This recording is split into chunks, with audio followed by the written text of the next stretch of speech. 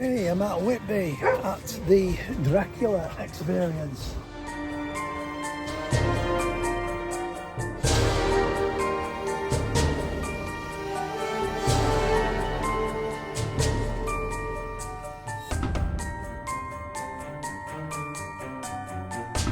Now let's go and check it out.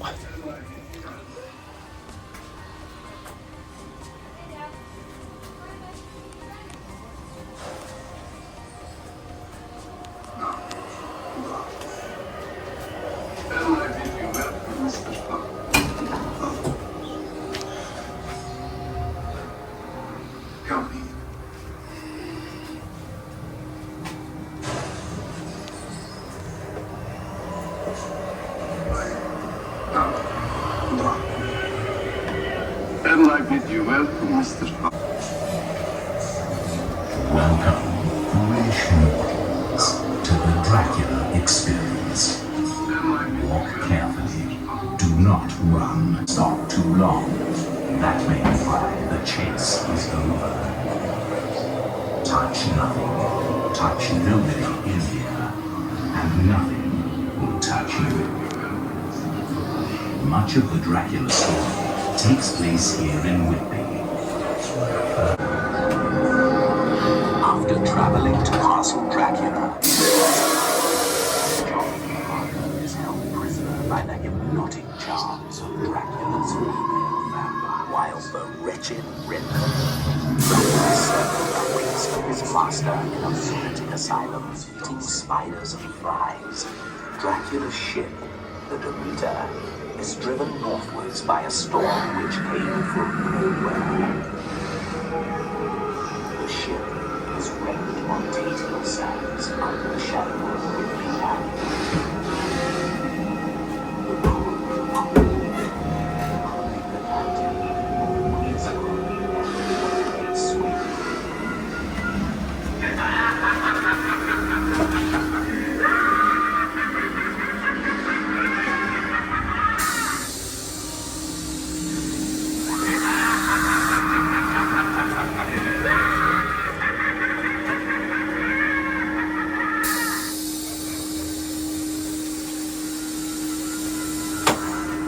On the 199 steps to the graveyard.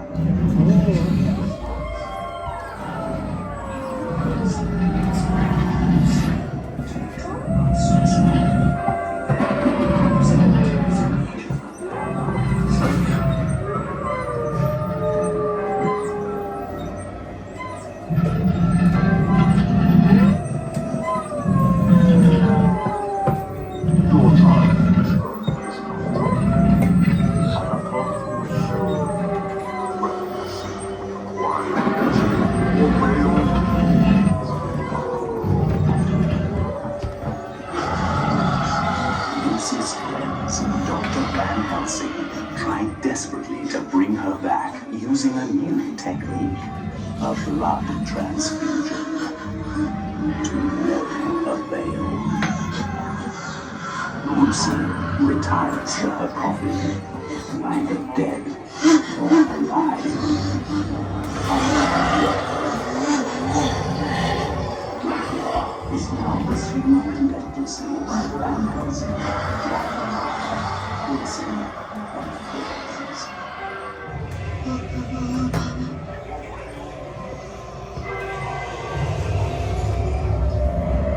Lucy retires to her coffin, neither dead nor alive. Undead. Dracula is now pursued relentlessly by vampires.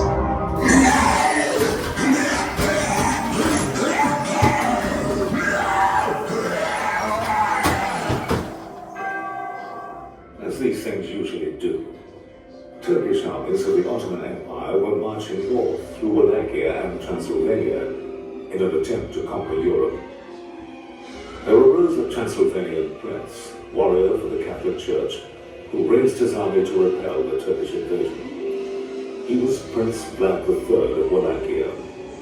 His father was Vlad II, also known as Prince Vlad Dracula. He was awarded the title of the Grand Order of the Dracula or dragon in Old Romanian, by the Holy Roman Emperor for his defense of the church. Vlad III was therefore also known as Vlad Dracula, Dracula being the Slavic genitive form of the patronym Dracul, or Dracula, son of Dracul. He was born in Sigizwara in Transylvania in 1431. Transylvania translates to land beyond the forest. His birthhouse still exists, and a sign of the dragon hangs outside to this day. This plaque is on the house. After the brutal murder of his father and brother, he became voivode or ruler. This is the only known picture of his father, Vlad Dracul. While he was away at war, his wife Elizabetha was falsely tricked by the Turks into thinking Dracula had been killed in battle.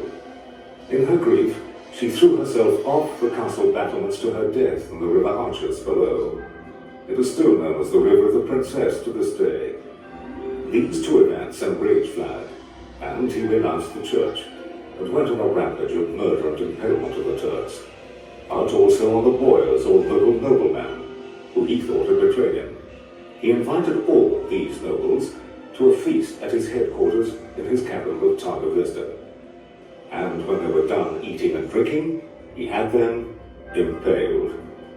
He spared the fittest, though, to provide slave labor to build his new castle at Poenari. These ruins are all that are left of his fortress stronghold at Poenari. He never lived at Castle Bram, which is the more elegant castle, often portrayed as his. On another occasion, he invited the poor, sick, and criminals to a banquet in a newly built wooden hall. After the feast, he set fire to the building, killing all. A party of Turkish negotiators refused to remove their turbans in his presence, so he had the turbans nailed to their heads. His preferred punishment, however, was impalement. He was thought to have impaled 100,000 people during his reign. He would sit amongst the impaled to eat his food and drink their blood. This earned him the nickname Vlad the Impaler, or Vlad Tepes in Romanian, though this name was never used to his face. This was too much for the Turkish Sultan Mehmed II, and he marched his 100,000-strong army on Vlad's capital, Targa Vista. However, he turned his forces back in revulsion at the sight of 23,844 rotting Turkish corpses in a forest of the impaled. Vlad had them counted as they were impaled. But Vlad's luck would not last forever. He was finally killed in a Turkish ambush in 1476 outside Bucharest. His body was taken to the monastery on the island of Snagov, where it was buried under the altar, although his head is reported to have been sent to the Sultan. In 1931, the Romanian government exhumed the grave. The grave was empty. Where is Dracula?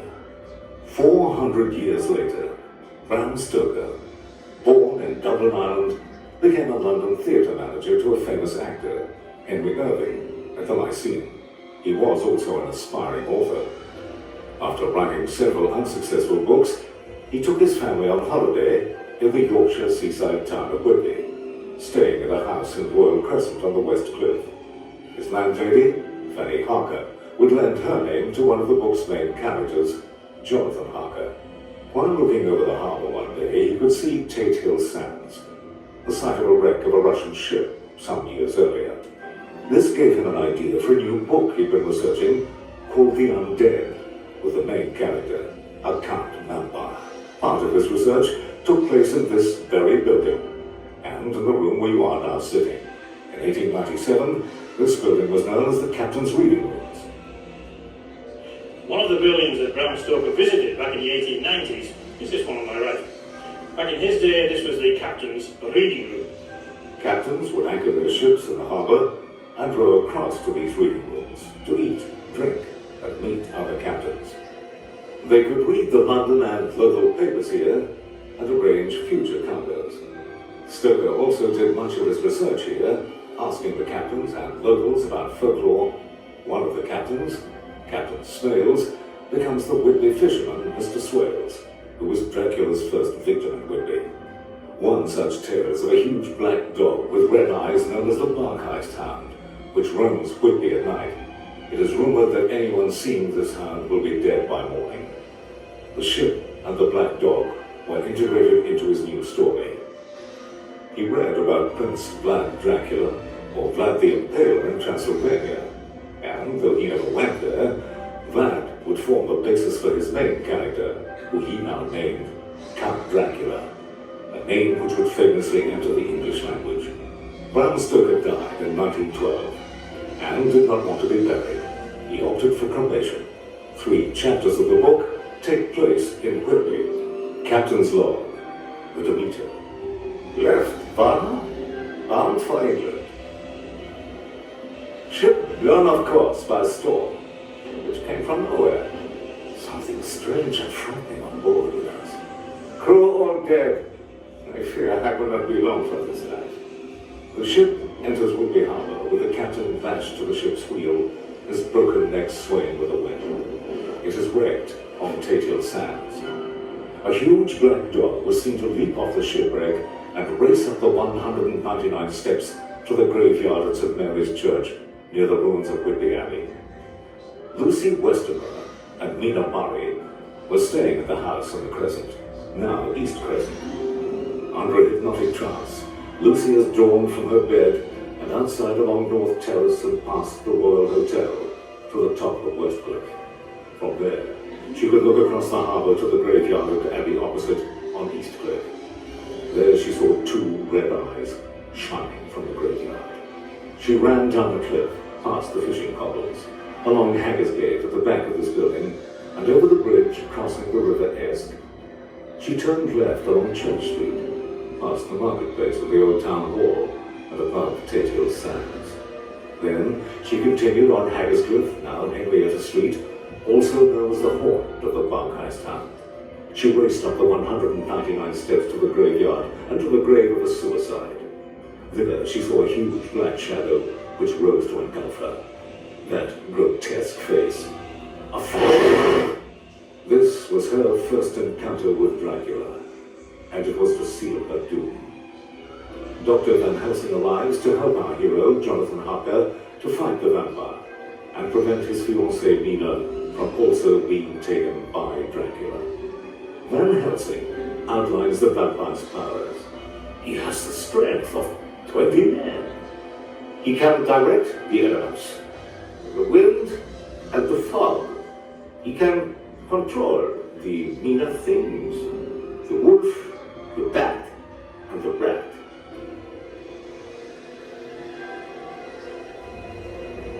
The last location in Whitby is the railway station, where Solicitor Bellington directs the loading of the crates full earth with Dracula's sleeping body in one crate on its way to Purfleet, London. After further events in London, Harker, Arthur, Quincy, and Van Helsing chase Dracula back to Transylvania, where they succeed in cutting Dracula's head from his body. It seems that Dracula's reign of terror is over. What do you think? But consider this dismaying observation. Since vampires do not die, a vampire may follow you.